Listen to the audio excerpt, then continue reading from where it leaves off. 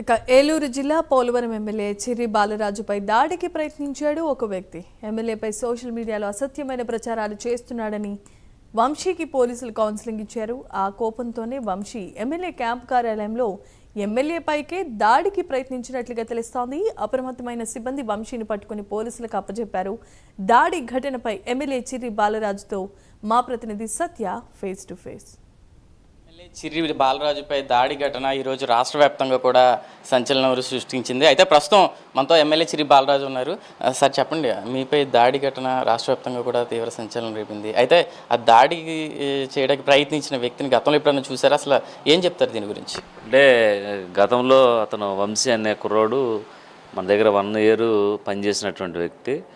అయితే అతను బిహేవింగ్ కరెక్ట్గా లేక అతను మన సమాచారాన్ని ఏదైతే ఇక్కడ ఉన్నటువంటి సమాచారాన్ని ప్రతిపక్ష నాయకులకు చేరువేస్తున్నాడు. అలాగే మన మీద బ్యాడ్గా న్యూస్లు వేసే అతనికి కూడా సహకరించాడనే సమాచారం రావడంతో అతన్ని మనం ఉద్యోగం నుంచి తీసివేయడం జరిగింది.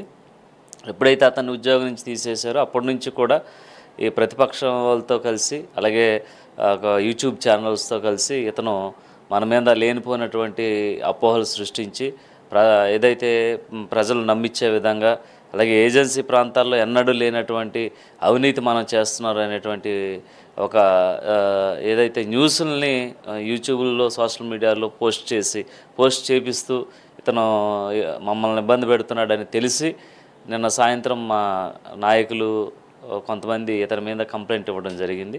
దీనికి సంబంధించి నిన్న సాయంత్రం జీలిమిల్లి స్టేషన్కి పిలిపించి కౌన్సిలింగ్ ఇచ్చారు.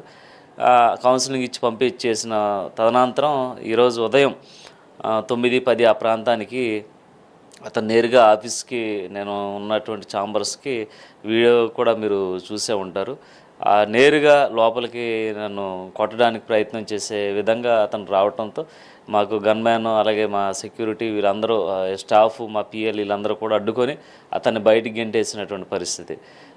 ఈరోజు ఇంతటి సాహసం చేసి వచ్చాడంటే ఖచ్చితంగా ఇతని వెనకాల ఒక బలమైన వర్గం ఈరోజు మనల్ని బదనాం చేయడానికి అలాగే మన మీద తప్పుడు ప్రచారాలు చేయడానికి చేస్తుందనేది నేను బలంగా నమ్ముతున్నాను. ఇందాక ఎస్పీ గారితో కూడా మాట్లాడడం జరిగింది. ఏదైతే దాడికి ప్రయత్నించినటువంటి వ్యక్తిని ఇమీడియట్గా ఈరోజు శాసనసభ్యుడికే ఈరోజు ఈ విధంగా ఉంటే సామాన్య ప్రజలకు ఎలాగుంటుందని ఇందాక నేను మాట్లాడడం జరిగింది. అలాగే ఈరోజు దీనిపై పోలీస్ శాఖ అంతా కూడా విచారణ చేస్తున్నారు. ఇందులో ఏదైతే అతను దాడికి పాల్పడినటువంటి వ్యక్తి ఉన్నాడో అతని మీద ఇక్కడికి వచ్చి డైరెక్ట్గా ఆఫీస్కి వచ్చి అంత ధైర్యం చేశాడంటే అతని మీద గట్టిగా చర్యలు తీసుకోవాలని మేము కూడా అడగడం జరిగింది. అయితే ఉద్దేశపూర్వకంగా కావాలని చెప్పి మీ మీద అసత్య ప్రచారాలు చేస్తూ చిన్న అంశాలను కూడా ఇలా సోషల్ మీడియా వేదికగా మిమ్మల్ని డిగ్రేడ్ చేసే ప్రయత్నం చేస్తున్నారు. ఇటువంటి వారిపై అధిష్టానం దృష్టికి ఏమైనా తీసుకెళ్లే ప్రయత్నం చేస్తారు? ఆల్రెడీ నేను అధిష్టానం దృష్టికి కూడా తీసుకెళ్ళాను. ఎవరనేది కూడా నేను అధిష్టానం దృష్టికి చెప్పడం జరిగింది. కానీ అధిష్టానం ఎలా చర్యలు తీసుకుంటుందనో వేచి చూడాలి.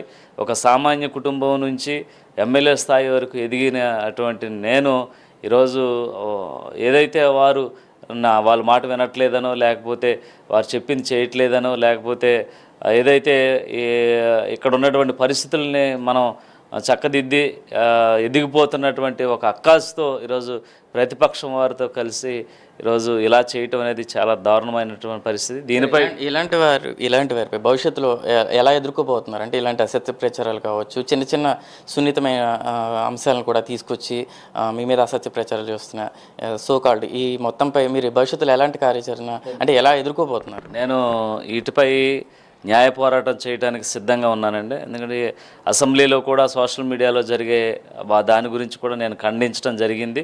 ఖచ్చితంగా నేనైతే ఈరోజు నాపై ఎవరైతే అసత్య ప్రసారాలు చేస్తున్నారో వారిని ఖచ్చితంగా కటకటాలు పాలు చేసి జైలుకి పంపించే అయితే పోరాటం చేస్తాను. నేను ఖచ్చితంగా ఏదైతే ఒక గిరిజనుడైనటువంటి నన్ను డిగ్రేడ్ చేయడానికి నేను చేసేటువంటి అభివృద్ధిని ఓర్వలేక కావాలని ఈ అసత్య ప్రసారాలు చేసి నన్ను డిగ్రేడ్ చేయాలని చూస్తున్నారు కనుక ఖచ్చితంగా నేనైతే న్యాయపరంగానే ఈ పోరాటం చేయడానికి సిద్ధంగా ఉన్నానండి. రైట్, మొత్తంగా చూసినట్టయితే ఏదైతే ఎమ్మెల్యే చిర్రి బాలరాజుకు సంబంధించి ఈ అసత్య ప్రచారాలు కావచ్చు, మొత్తంగా సోషల్ మీడియా వేదికగా ఉద్దేశపూర్వకంగానే తాను చేస్తున్న అభివృద్ధిని ఓర్వలేక చేస్తున్నారని అయితే ఎమ్మెల్యే చిర్రి బాలరాజు చెప్తున్నారు. తొలుత సామాన్య కుటుంబం నుంచి వచ్చి గిరిజన బిడ్డగా ఒక ఎమ్మెల్యేగా గెలిచి చేస్తున్న అభివృద్ధిని తట్టుకోలేక కొందరు సీనియర్ నాయకులు ఎవరైతే ఉన్నారో వెనక నుండి నడిపిస్తూ ఇటువంటి అసత్య ప్రచారాలు చేస్తున్నారు. కాబట్టి లీగల్గా దీనిపై పోరాటం చేస్తాను. అదేవిధంగా అసెంబ్లీ వేదిక కూడా గతంలో సోషల్ మీడియాపై జరుగుతున్న అసత్య ప్రచారాలపై నేను ప్రశ్నించాను.